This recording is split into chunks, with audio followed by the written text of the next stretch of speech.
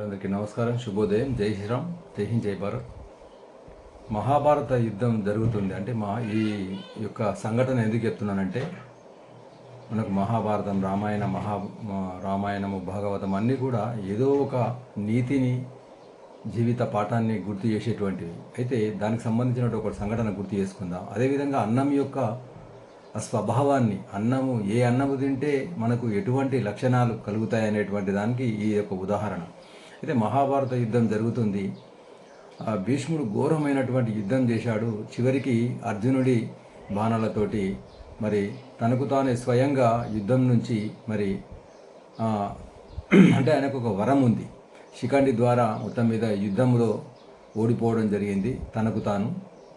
అయితే అంపశయ్య పైన ఉన్నాడు భీష్ముడు. అంపశయ్య పైన ఉండి మరి అప్పుడు తన దగ్గరగా ఉన్నటువంటి పాండవులందరికీ కూడా, కురు పాండవులకు అందరికీ కూడా, తన దగ్గరికి వచ్చినటువంటి వాళ్ళకు, అంపశయ్య దగ్గర ఉన్నటువంటి వాళ్ళందరికీ కూడా ధర్మ సూక్ష్మాలు బోధిస్తున్నాడు. ధర్మ సూక్ష్మాలు బోధించేటప్పుడు అక్కడ ఉన్నటువంటి ద్రౌపది కొద్దిసేపు విన్న తర్వాత దగ్గరనే ఉన్నటువంటి ద్రౌపది పక్కున నవ్వింది. నవ్వగానే అందరూ ఆశ్చర్యపోయారు. అరే, భీష్మ పితామహుడు, ఇంత పెద్దవాడు, మరి కురు పితామహుడు ధర్మ సూక్ష్మాలు చెప్పేటప్పుడు ఈ ద్రౌపది ఇలా నవ్విందేంటి అని అందరు ఆశ్చర్యపోయారు. ఏం జరుగుతుందో అని ఆశ్చర్యపోయారు. అప్పుడు భీష్మ పితామహుడు అడిగాడు, అమ్మ ద్రౌపది, ఎందుకమ్మా నువ్వు ఇట్లా నవ్వావు అని అడిగాడు. తన సందేహాన్ని వ్యక్తం చేశాడు నేను ధర్మ సూక్ష్మాలు చెప్పేటప్పుడు. అప్పుడు ద్రౌపది ఏమందంటే, భీష్మ పితామహ, మీరు ఎన్నో రకాలటువంటి ధర్మ సూక్ష్మాలు చెప్తున్నారు. ఇటువంటి ధర్మ సూక్ష్మాలు మరి ఎంతో తెలివిగలవారు, మీరు ధర్మ సూక్ష్మాలు చెప్తున్నారు. మరి ఇప్పుడు అంపశయ పైన ఉండి ధర్మ సూక్ష్మాలు చెప్తున్నారు. మరి నాడు నిండు సభ లోపట నా యొక్క వస్త్రాపహరణం జరిగింది. నన్ను నిండు సభలో దుర్యోధనుడు అవమానానికి గురి చేశాడు. నా మానభంగానికి గురి చేయడం జరిగింది నన్ను. అటువంటి క్లిష్ట పరిస్థితి లోపల మీ ధర్మం ఎటువైంది, మీ ధర్మ సూక్ష్మం ఎటువైంది, అప్పుడు ధర్మము గురించి ఎందుకు చెప్పలేదు అని భీష్ముడిని ప్రశ్నించింది.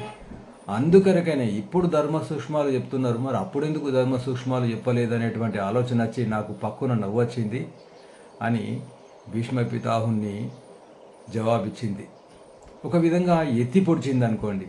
అప్పుడు భీష్ముడు ఏమాత్రం బాధపడకుండా, కోపగించుకోకుండా, అమ్మ నువ్వు సరైనటువంటి సందేహాన్ని వ్యక్తం చేశావు, సరైనటువంటి జవాబునిచ్చావు. ఎందుకంటే ఇప్పుడు నీ నవ్వుకు ఈ సమయం లోపల నీవుగిన మరి ఈ యొక్క జవాబుని ఇవ్వకపోయినట్టయితే, ఈ సందేహాన్ని వ్యక్తపరిచినట్టయితే, మరి నీకు, నాకు, ఇక్కడ ఉన్నటువంటి అందరికీ కూడా మరి నేను చెప్పేటువంటి ముఖ్యమైనటువంటి విషయం తెలియకపోయేది, సమాజానికి రాబోయే తరానికి కూడా తెలియకపోయేది అని చెప్తున్నానంటే. ఎందుకనంటే అప్పుడు ఎందుకు ధర్మ సూక్ష్మం చెప్పలేదు, ఇప్పుడు ఎందుకు చెప్తున్నాను అని భీష్ముడు చెప్తున్నానంటే, ఎందుకంటే అప్పుడు ఆ రోజు నేను దౌర్జన్యపరుడు, దురాక్రమణదారుడు, అందరినీ అవమానపరిచేవాడు, అందరినీ అగౌరవపరిచేవాడు, శ్రీకృష్ణుడు లాంటి వాడిని కూడా అగౌరవపరిచినటువంటి, అహంకారంతో విర్రవీగుతున్నటువంటి, ఎవరి మాటను ఖాతరు అయినటువంటి ఒక అహంకారి దగ్గర, అంటే దుర్యోధనుడి దగ్గర ఉండి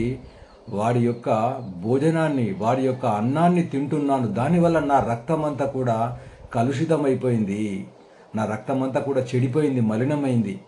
ఇప్పుడు ఈ యుద్ధంలో పాల్గొనడం వల్ల అర్జునుడు వేసినటువంటి బాణాలకు నా శరీరంలో ఉన్నటువంటి రక్తమంతా కూడా, రక్తంలోని మలిన రక్తం అంతా కూడా వెళ్ళిపోయింది. ఇప్పుడు నాలో ఉన్నటువంటి కేవలం శుభ్రమైనటువంటి రక్తం మాత్రమే ఉంది.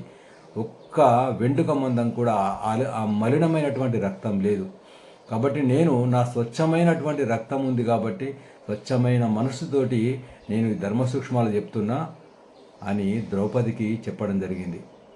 కాబట్టి దీని అర్థం ఏంటంటే, చెడు అన్నం అనేటువంటిది, అహంకారంతో విర్రవీగుతున్న వాళ్ళటువంటి ఒక అన్నం కానివ్వండి, మలినమైనటువంటి దురాక్రమణదారుల యొక్క అహంకారంతో విర్రవీగుతూ నేను అనేటువంటి అహంకారంతో అక్రమంగా సంపాదించినటువంటి, ముఖ్యంగా ఎవరైతే అక్రమంగా సంపాదించి అన్నం పెడతారో వాళ్ళ యొక్క అన్నము తినకూడదు. అక్రమంగా సంపాదించినటువంటి వాళ్ళ యొక్క అన్నం కూడా తినకూడదు. మనం కూడా సంపాదించి అక్రమంగా ఆ అన్నాన్ని తినకూడదు, ఎవరికి పెట్టకూడదు. పెట్టినట్టయితే ఖచ్చితంగా దాని యొక్క స్వభావము మన రక్తంలో ఉంటుంది, మన మనసులో ఉంటుంది, మన యొక్క లక్షణాల్లో కూడా ఉంటుంది అనేటువంటిది ఈ యొక్క మహాభారతం యొక్క గొప్ప నీతి. కాబట్టి మనం కష్టార్జితంతో అన్నాన్ని భుజించాలనేటువంటిది ఈ యొక్క సందేశం. ఈ వీడియోకి మీకు నచ్చినట్టయితే 10 మందికి షేర్ చేయండి, ఛానల్ను సబ్స్క్రైబ్ చేయండి. దేశం కోసం, ధర్మం కోసం. జై శ్రీరామ్.